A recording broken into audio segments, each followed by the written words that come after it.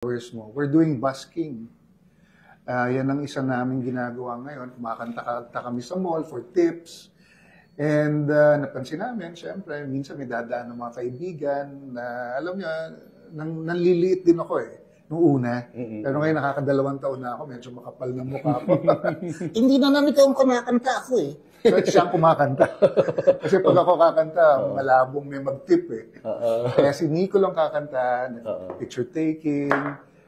Yun, may maganda naman yung tips. Maliit, pero sabi nga ni Kuya Daniel, kesa wala.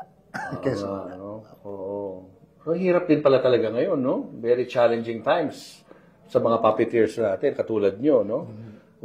Anyway, Wanlu, kailangan natin ng tulong, no? Sa mga tao, para suportahan yung inyong advocacy, which is to help nga yung mga kids na may ADHD, by going there to Thailand to represent us sa Philippines, malaking bagay kung makakatulong sila, no?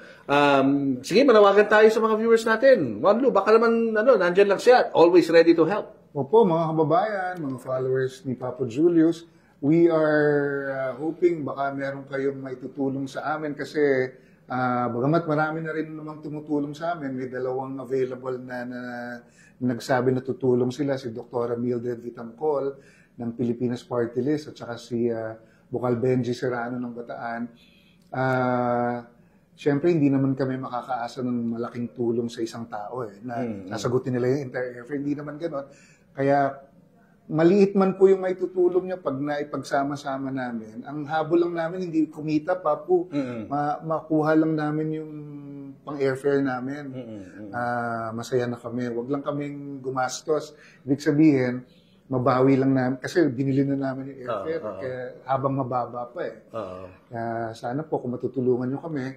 Ang mangyayari po ngayon sa National Science Museum, how to blend science with puppetry. And sabi sa amin ng organizer, we're the only puppeteer na magsasagawa nitong parang pedagogy na parang pagtuturo how to use puppetry for kids like Eli. And they're excited, we're excited, and hopefully nagawa na namin sa Malaysia, gagawin namin sa Thailand. Sana magawa pa namin sa ibang puppetry festivals at lalo na sa Pilipinas po. Try to invite us, we'll share with you Eli's journey through puppetry mula po ng bata siya. Yan. Saka kung may mga events mo kayo, you can always call them, message them kung gusto nyo silang i-hire sa inyong mga events. Bigay siguro natin yung GCash account mo. Baka may gustong magpadala ng mga tulong. Opo, ang aming pong GCash account is